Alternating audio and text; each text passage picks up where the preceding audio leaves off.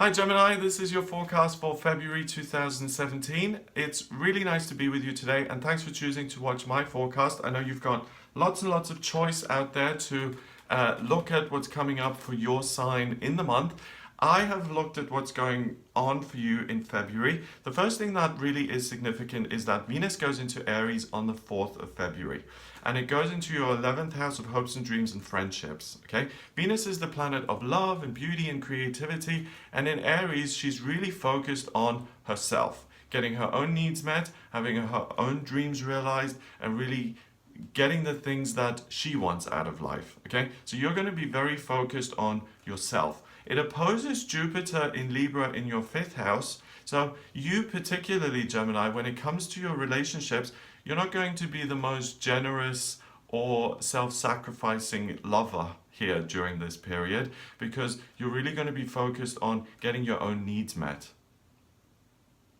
It's me, me, me. On top of that, you've got Mars sitting in Aries, you've got Uranus in Aries. All of those are in your 11th house and they oppose this good luck of Jupiter in your 5th house. So it's a balancing act. There's a push and pull between should I just kind of compromise and be happy and enjoy what we've got, or should I insist on doing things my way and getting my needs met and getting exactly what I want all the time. And you're going to find it quite difficult to stay away from that focus on self because there's a lot of energy there. So just be aware of that. If kind of issues come up in your relationships, it's not only going to be the other person who's acting up. It's also very likely that you're acting up.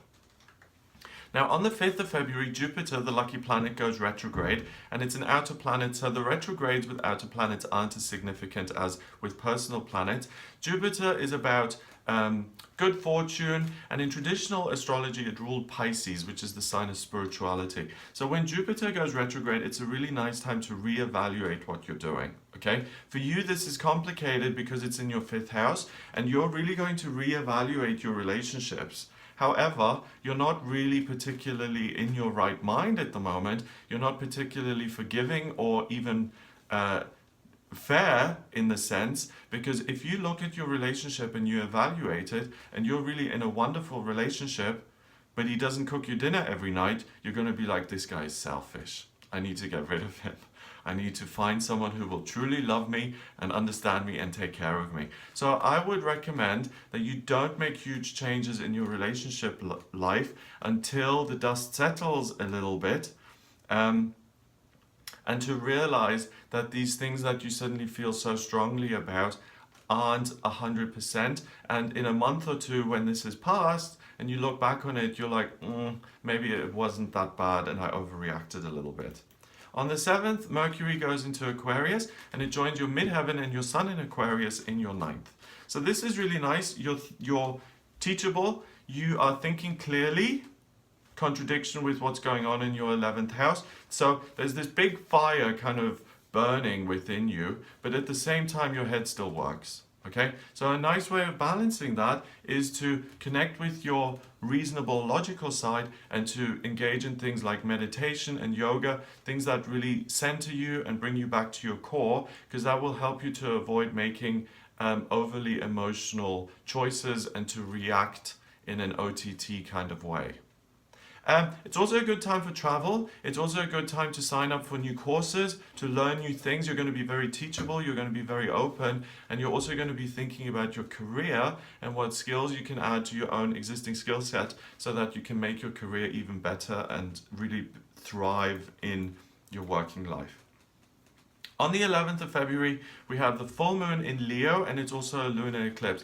Now, I always make separate videos on the full moon and new moon to go into a lot of depth about these energies, but this full moon in Leo is in your 3rd house of communication. So it's really about, I need to express myself, okay? So if you don't want to tell your girlfriend that the new hairstyle really, even though you don't want to hurt your feelings, but it's just got to be said, and you say something really mean, that's true, and that you really feel, instead of expressing yourself that way, get creative. The 3rd house is the house of communication, writing, art, performance, acting, being on stage, being a leader, being someone who gives orders. Use the energy in a productive way. That, in that sense, it's much more helpful. The eclipse interrupts that full moon, and the eclipses always, the effects of the eclipses last about 6 months. Okay, this is on the north node, so it's pulling energy in, it's pulling Virgo energy in, so it helps you make good decisions. So you're a contradiction here. At the beginning of the month, the 4th, I told you not to dump your boyfriend because you may regret it, because you feel so focused on the self. Now, this eclipse really already detoxes that. So you've got like a week period here between the 4th and the 11th. You will start to return to sanity a little bit during this eclipse, and you will start to make better relationship decisions from the 11th onwards. So please give it a little bit of time. Don't make any rash decisions, and delay it by a week and then look at it again if you absolutely have to. On the 14th of Feb through until the 1st of March, we've got Mars and Pluto forming a square with each other. That's when they're 90 degrees apart. Mars is this personal planet of drive, okay? And Pluto is transformation and change in a really significant way. It's really the phoenix rising from the ashes. It's death and rebirth. It's not like minor change. It's like getting an HB pencil instead of a 2B. It's like, I am leaving this job and ending my marriage and moving to another country. It's change, okay? So they only square once every 2 years, and when that happens, the threat level rises, okay? So you've also already got a pretty volatile Mars sitting there in your 11th house. You've also got Venus in your 11th house in Aries and Uranus in the 11th house. So when these two start to form this relationship, there's really the potential for you to take that focus of dissatisfaction, and now instead of applying it to your relationships, even though it's still a little bit on your relationships, but you started to make better decisions, the critical vision point of view now gets focused on your work and the institution you're a part of and other people. So this is not a great time for you to sign contracts, to draw up contracts, to walk out of a job, to make major changes in terms of, you know, who pays your bills, who your employer is. It's too much. It's threatening, it's OTT, it's really just kind of overly fiery, and you could blow your whole life up in a sense. You feel that combustible that you could really say, don't like that, gone, don't like this, gone, don't like that, gone. And then at the end of it, you'll stand there and you'll be like, okay, totally blank slate, but that then in itself can be scary and difficult. So that is the Mars-Pluto square. On the 14th of February as well, through until the 9th of March, we've got Mars doing more stuff. He begins to conjunct Uranus. So it's Mars on steroids, because Uranus is rebellion and eccentricity and really not listening to anybody else and doing things in your own totally unique, eccentric way. So you've really got to be careful that you don't go off into megalomania and think you know it all and you're the be-all and end-all. It's a really very combustible, fiery month. The best way to manage this is to go into the intellect side of things, to meditate and to do those things to calm that down a little bit so that you don't make rash decisions. That continues throughout the month, and then on the 26th of February we've got Mercury going into Pisces.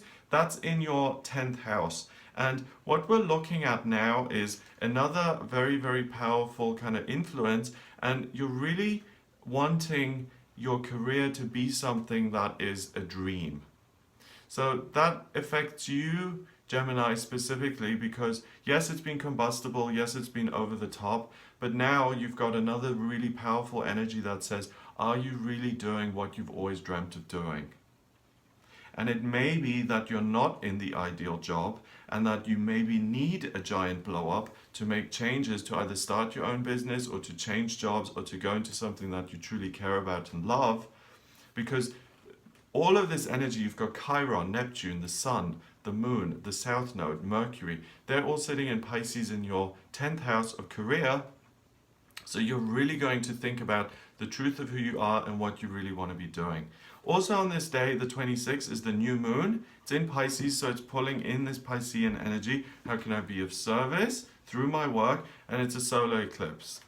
The solar eclipse, again, it has a long-term effect, and on the South Node, it's about releasing things. And it's about releasing pain, it's about releasing things that you may have done in the past that you thought were mistakes, that you didn't like. And it again sounds to me like you may be thinking of changing your job and saying, I did sell credit cards for 5 years, but I've always wanted to be a Reiki healer, and I just can't take it anymore.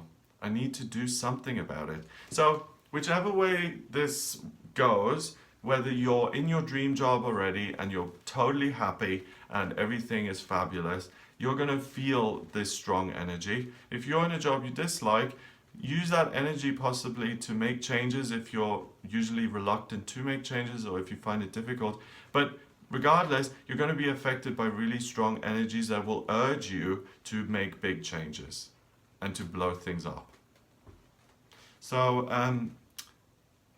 a daily meditation practice is really useful because it connects you with something greater than yourself. And when you do that, a nice side effect is that your life tends to work and you don't just go into ego mode. And a lot of these energies are about the ego. It's about what I like and what I don't like. So if you're not very disciplined with that, now's the time to get disciplined. February is the time to maybe sit down for 5 minutes or 10 minutes every day and to tune in and to connect. It will really save you a lot of cleaning up after all of this energy kind of calms down a bit, and you'll be able to continue more smoothly and without a lot of hassle.